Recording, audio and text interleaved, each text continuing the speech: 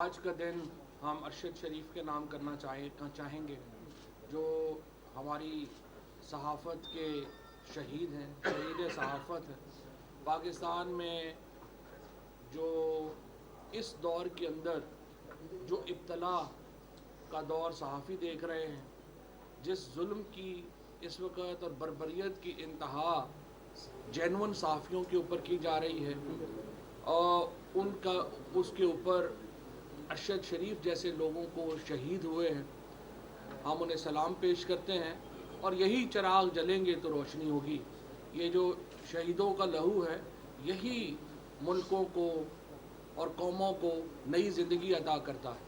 اور کل جو ارشد کا جنازہ ہوا ہے، اس سے جو آواز دبانے والے ہیں ان کو معلوم ہو جانا چاہیے کہ جتنا آپ دبائیں گے اتنی آوازیں بڑھیں گی۔ 78 سال کے بزرگ چودھری غلام حسین صاحب کو رات کو یہاں پہ حراست میں لیا گیا۔ 100 لوگ جو ہیں وہ گئے، انہوں نے ان کو، ایک بوڑھے آدمی کو رات کو انہوں نے اٹھایا کافی شاپ سے اور لے کے گئے۔ کتنا بڑا خطرہ ہے یہ 78 سال کا بزرگ آپ کے لیے۔ اب ہماری ان سے ایک گزارش یہ ہے کہ آپ نے پہلے 75 سال کے اعظم سواتی کو برہنہ کیا، اس سے پہلے شہباز گل کو کیا۔ مہربانی کیجیے گا تھوڑی عزت نفس چودھری صاحب کی رہنے دیجیے گا۔ یہ جو تماشا بنا ہوا ہے پاکستان میں، یہ کبھی پاکستان میں ہم نے نہیں دیکھا جو ابھی چل رہا ہے۔ اس طرح کے لوگوں کی، اور صحافی برادری کو بھی میں کہتا ہوں، ایک تو بالکل ہی سائیڈ جو ہے وہ ماشاءاللہ اس وقت صحافت سے فارغ ہو گئی ہے، لیکن جو جینون صحافی ہیں وہ اپنے لوگوں کے لیے کھڑے ہوں، ان کے لیے آواز اٹھائیں۔ اور اگر آپ آواز نہیں اٹھائیں گے تو سائیڈیں تو بدلتی رہتی ہیں، یہ سائیڈ ہے، دوسری سائیڈ ہے، دوسری سائیڈ ہے۔ سو کچھ چیزیں ہیں جس کے اوپر آپ کو کنسنسس کریٹ کرنا ہوگا، اتفاق رائے کریٹ کرنا ہوگا، اور اس میں سے سب سے بڑا اتفاق رائے یہ ہے کہ آپ اس طرح سے لوگوں کو تشدد کا نشانہ نہیں بنا سکتے۔ پولیٹیکل ورکرز کو پاکستان میں جس طرح سے ان 6 مہینوں میں تشدد کا نشانہ بنایا گیا ہے، پاکستان کی ریسنٹ ہسٹری میں نہیں بنایا گیا۔ کبھی ہم نے تو جنرل ضیاء الحق کے دور میں بھی نہیں سنا کہ کبھی کسی کو اس طرح سے برہنہ کیا گیا ہو، ویڈیوز بنائی گئی ہوں۔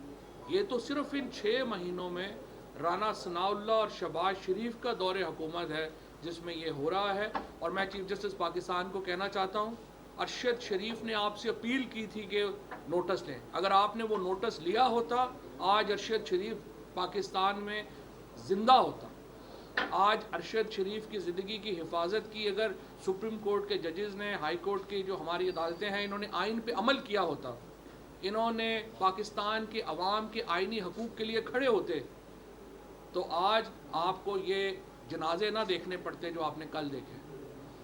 چیف جسٹس صاحب کا، آپ کا ایک کانسٹیٹیوشنل مقام ہے، سپریم کورٹ کے، ہائی کورٹ کے ججز کو جو ایلیویٹ کیا جاتا ہے، جو ان کو عزت دی جاتی ہے، وہ کسی وجہ سے دی جاتی ہے، اور وجہ یہ ہے کہ وہ آپ کے بنیادی انسانی حقوق کی حفاظت کے لیے کھڑے ہوں گے۔ اور اگر آپ کھڑے نہیں ہو سکتے تو پھر آپ مجھے بتائیے اتنا بڑا بجٹ دینے کا آپ کو کیا فائدہ؟ پھر مجھے بتائیے کہ پاکستان کے لوگوں کے لیے یا آئین میں جو کچھ ہم نے رکھا ہے، اگر اس پہ امپلیمنٹ ہی نہیں ہونا تو آپ کے ادارے کا کیا فائدہ؟